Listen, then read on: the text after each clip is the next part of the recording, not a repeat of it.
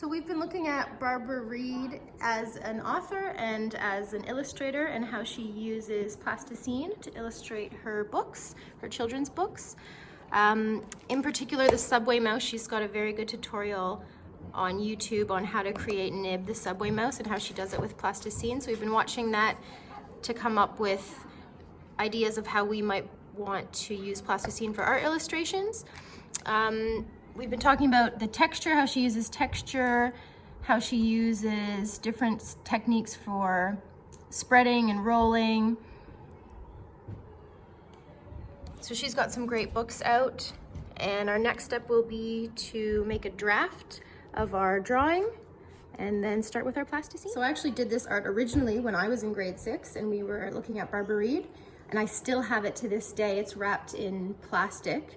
But I was trying to think of a way that we could protect our work, because it is something that I think people keep, because it is they end up turning out really nice. So we did go to the tech shed and make some frames to put them in, and then we're gonna wrap them with plastic. Here's just some fun ones that I did. We've got the muffin, we've got a baseball. This was a student who left theirs. That's the Sydney Opera House. Yeah, she's done the background there with the colors. And the Detroit Tigers symbol. So there's a lot of different options that you can do. Sometimes we base it on our class novel, sometimes we base it on our trip to Canberra and to Sydney. So first what we did is sketch out on an A5 piece of paper what we wanted our image to look like. Black and white was fine, and then we just labeled what colors it was going to be, and also if we were going to add texture, what kind of textures we were going to add. It's really important to do this first so you know what you are wanting your final piece to look like, so you know what sizes to make little balls of plasticine and stuff. So sketch it out first, and then from there you'll end up cutting out your main subject images and placing them onto your background so you can outline them with little pieces of plasticine. But stay tuned for how to do that.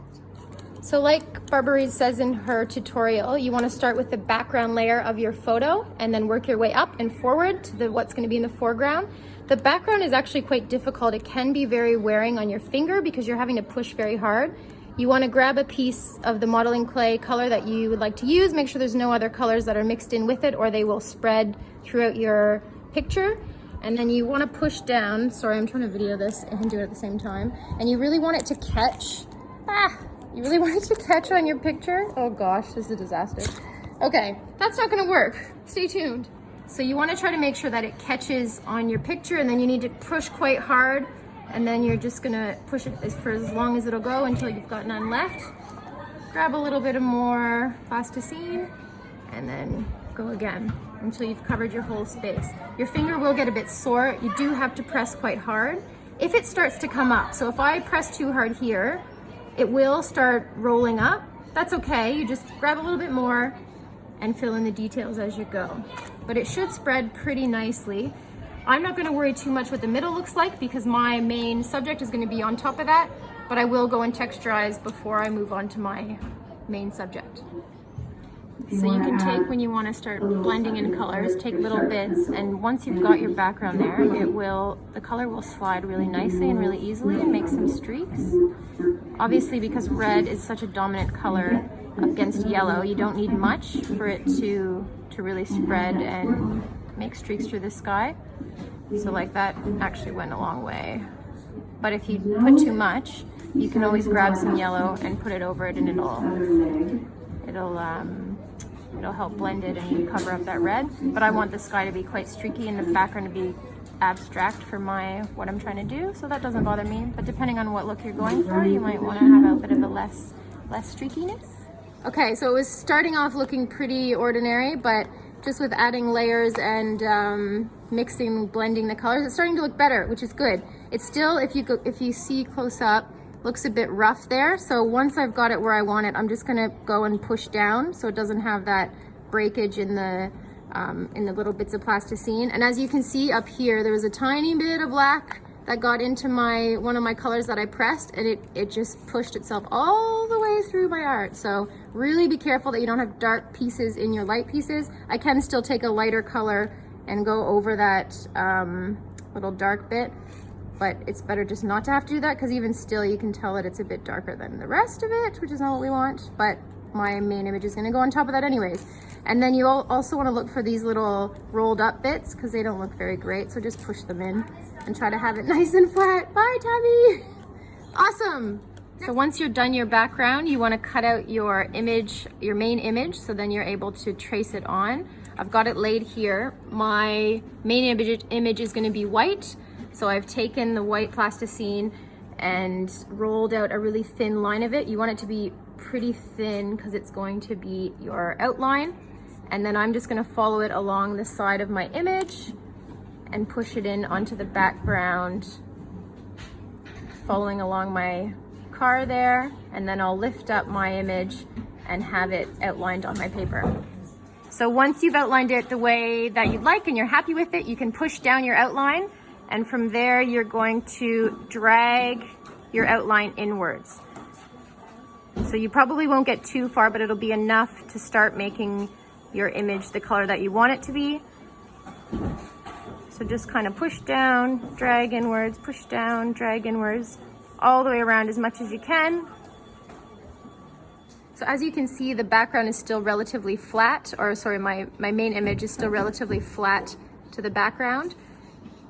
To get it to be like that, I'm just making these little snakies and I push them down where I need color and then squish them out. And that way it doesn't jump up too much from your artwork and it ends up being flat. So it does take some time filling in anything that needs to be all one color, but it's worth it in the end.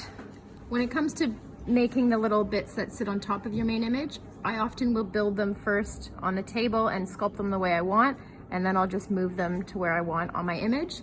And that way it looks exactly how I want and I don't have to mess around with squishing it into different positions, and I know it's gonna look like how I'd like it.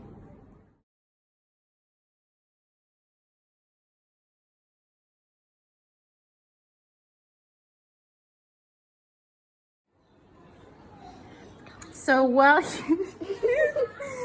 you're making your little pieces to stick on your image, utilize whatever tools you have. So like I've been using actually a nail clipper, just the end of it, to break pieces off. A lot of times I'll smush out a color and then go around it with something hard and cut out the shape that I'm looking for. The sharper the better, so if you had a sharp ruler it'd be perfect. I've been using this too. Anything that you can find to work will do the job. And as you can see, it's coming along very, very tediously, but getting there.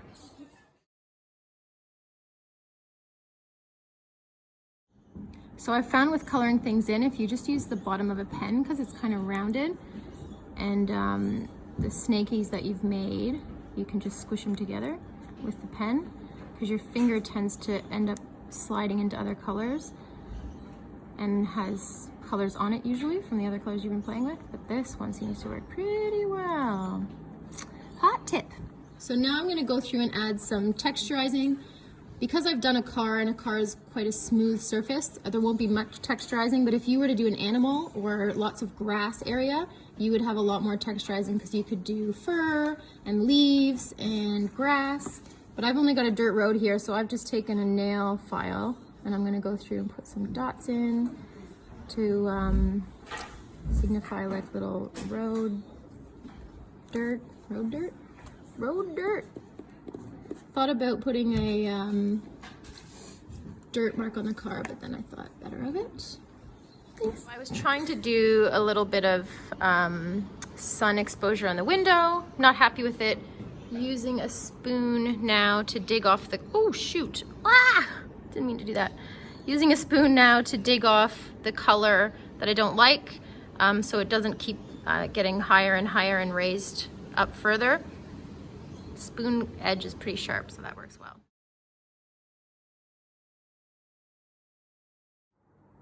So I'm starting to be satisfied with how this is looking, but really you could just continue on forever and finding little things you want to fix.